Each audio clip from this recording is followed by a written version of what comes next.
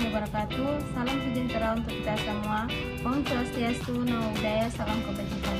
Perkenalkan, nama saya Anissa Asmawati, mahasiswa KMM di Universitas Kairon Ternate, Maluku Utara, dari Fakultas Ekonomi dan Bisnis Prodi Akuntansi. Saya akan menjelaskan mengenai metode etnografi. Apa sih metode etnografi itu? Mari kita simak bersama-sama. Jadi metode etnografi adalah metode penelitian kualitatif yang menggabungkan teknik etnografi tradisional dengan mengumpulkan dan analisis data dari ruang digital. Ini memungkinkan peneliti untuk memahami perilaku dan interaksi komunitas online melalui observasi dan analisis data dari platform media sosial, forum online, dan blog.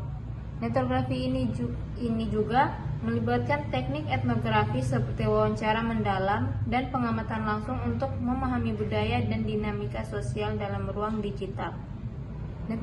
Etnografi ini pertama kali dikembangkan oleh Robert Kozinets pada tahun 1998 untuk menganalisis diskusi penggemar online tentang franchise Star Trek. Selanjutnya, pengertian lain dari etnografi. Etnografi adalah metode penelitian yang mempelajari perilaku dan aktivitas komunitas online. Ini adalah pendekatan inovatif terhadap etnografi yang melibatkan observasi sistematis, analisis, dan interpretasi data online. Peneliti mengumpulkan dan menganalisis data dari sumber online seperti platform media sosial, forum online, dan blog. Data ini bisa bersifat kuantitatif dan kualitatif, memberikan wawasan tentang praktik dan sikap komunitas online. Etnografi juga melibatkan penggunaan teknik etnografi seperti observasi partisipan, wawancara mendalam, dan kelompok fokus untuk memahami komunitas online dan budayanya. Selanjutnya, apa pentingnya etnografi dalam penelitian? Etnografi adalah metode penelitian yang penting di era digital saat ini. Hal ini membantu peneliti memahami bagaimana struktur sosial, hierarki, dan norma dibentuk, diperkuat, dan ditantang di ruang online. Terdapat beberapa alasan mengapa etnografi sangat penting dalam penelitian. Yang pertama yaitu memahami komunitas online. Etnografi memungkinkan peneliti untuk memahami perilaku, sikap, dan pengalaman komunitas online, serta dinamika budaya dan sosial yang membentuk komunitas ini. Yang kedua, akses ke kumpulan data yang besar. Komunitas online menghasilkan banyak data melalui postingan media sosial, diskusi forum, postingan blog, dan banyak lagi.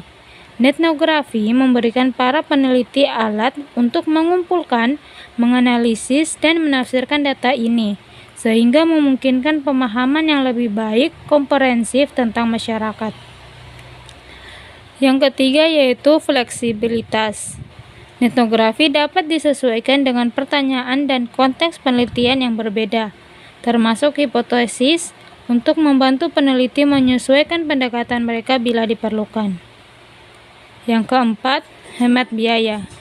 Etnografi tidak memerlukan peralatan mahal atau pelatihan khusus. Peneliti dapat melakukannya dari jarak jauh dan mengumpulkan serta menganalisis data menggunakan perangkat lunak dan alat yang tersedia. Dan yang terakhir yaitu ketepatan waktu. Komunitas online terus berkembang dan etnografi memungkinkan peneliti untuk mengikuti perubahan ini dan mengidentifikasi tren dan isu yang muncul. Selanjutnya etnografi sendiri memiliki tujuan. Tujuan utama etnografi adalah untuk memahami perilaku konsumen, tren budaya, dan dinamika sosial dalam ruang digital. Ini membantu peneliti memahami bagaimana struktur sosial, hierarki, dan norma dibentuk, diperkuat, dan ditantang dalam ruang online. Etnografi juga memungkinkan akses ke database besar yang dihasilkan oleh komunitas online melalui postingan media sosial, diskusi forum, dan postingan blog, memungkinkan peneliti untuk memahami komunitas secara lebih komprehensif. Selanjutnya, setelah kita mengetahui apa itu metode penelitian dengan pendekatan etnografi dan mengetahui tujuannya, mari kita lihat teknik pengumpulan data dalam etnografi. Teknik yang pertama yaitu analisis visual. Selain teks, etnografi juga dapat memanfaatkan analisis visual untuk memahami konten yang dibagikan secara visual dalam komunitas online. Ini termasuk memeriksa gambar, meme, atau video yang diposting dan menganalisis makna, konteks, dan dampaknya. Selanjutnya yang kedua yaitu pemantauan aktivitas online. Peneliti dapat memantau aktivitas online secara real time untuk menangkap tren atau perubahan dalam perilaku atau interaksi di komunitas tersebut. Hal ini bisa dilakukan melalui alat analitik online atau perangkat lunak khusus yang memantau aktivitas online. Selanjutnya yang ketiga yaitu pemetaan jaringan sosial. Teknik ini melibatkan pembuatan peta atau diagram yang menggambarkan hubungan dan interaksi antar anggota komunitas secara visual. Ini membantu peneliti untuk memahami struktur sosial dan dinamika jaringan dalam komunitas online. Selanjutnya, selain kita mengetahui teknik pengumpulan datanya, kita juga harus mengetahui teknik penganalisisan data dengan pendekatan etnografi. Teknik penganalisisan datanya adalah sebagai berikut. Yang pertama, analisis sentimen. Melalui analisis sentimen, peneliti dapat mengidentifikasi dan memahami sikap atau perasaan yang terungkap dalam konten yang dibagikan dalam komunitas online. Hal ini membantu untuk memahami respon atau persepsi terhadap topik atau isu tertentu. Selanjutnya yang kedua yaitu analisis konteks. Selain menganalisis konten secara individual, analisis konteks juga penting dalam etnografi. Ini melibatkan pertimbangan konten dan konteks yang lebih luas seperti budaya, sejarah, atau tren saat ini untuk mendapatkan pemahaman yang lebih mendalam. Teknik yang ketiga yaitu analisis dinamika grup. Fokus pada analisis interaksi dan dinamika kelompok dalam komunitas online, termasuk bagaimana konflik diselesaikan, bagaimana keputusan dibuat, dan bagaimana norma-norma sosial berkembang. Selanjutnya, teknik yang terakhir yaitu analisis perubahan waktu.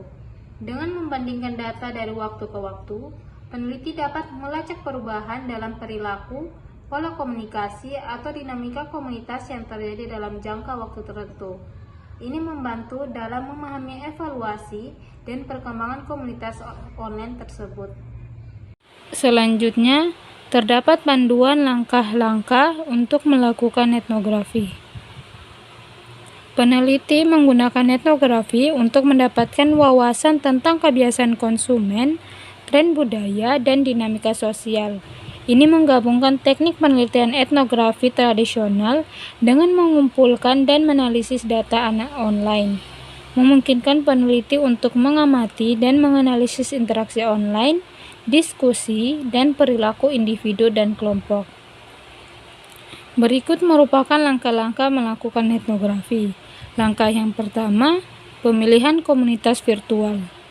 Langkah ini melibatkan pemilihan ruang virtual seperti grup media sosial atau forum tempat komunitas sasaran akan berkumpul dan mendiskusikan topik penelitian. Untuk mengidentifikasi komunitas virtual ini, peneliti harus memahami dengan jelas pertanyaan atau tujuan penelitian mereka. Misalnya, platform media sosial seperti Twitter, Facebook, dan Instagram mungkin relevan jika pertanyaan penelitian berkaitan dengan produk atau merek tertentu. Namun, forum atau grup online seperti Reddit atau Discord mungkin lebih tepat jika pertanyaan penelitian dikaitkan dengan minat atau hobi tertentu. Langkah yang kedua yaitu penetapan lama studi. Setelah komunitas virtual dipilih, langkah selanjutnya adalah menentukan durasi penelitian. Ini melibatkan penetapan kerangka waktu untuk pengumpulan dan analisis data. Pertanyaan penelitian dan sifat komunitas virtual yang diteliti harus memadu jangka waktu penelitian. Langkah yang ketiga yaitu pengumpulan data. Pengumpulan data merupakan langkah penting dalam etnografi yang melibatkan pengumpulan data dari percakapan online dan aktivitas terkait pertanyaan penelitian. Ada beberapa metode yang dapat digunakan peneliti untuk mengumpulkan data, antara lain pengikisan web, mengekstrak data dari situs web atau platform media sosial menggunakan perangkat lunak. Yang kedua, penambangan data. Menganalisis kumpulan data besar untuk mengidentifikasi pola, tren, dan hubungan menggunakan berbagai teknik dan alat statistik. Yang ketiga, observasi manual. Melibatkan pengamatan langsung dan pencatatan percakapan online dan aktivitas yang berkaitan dengan pertanyaan penelitian. Selanjutnya, langkah yang keempat, interpretasi hasil. Menafsirkan hasil melibatkan identifikasi pola dan tren dalam data dan menggunakan wawasan ini untuk menjawab pertanyaan penelitian. Interpretasi hasil dapat mencakup penggunaan teknik analisis kualitatif atau kuantitatif.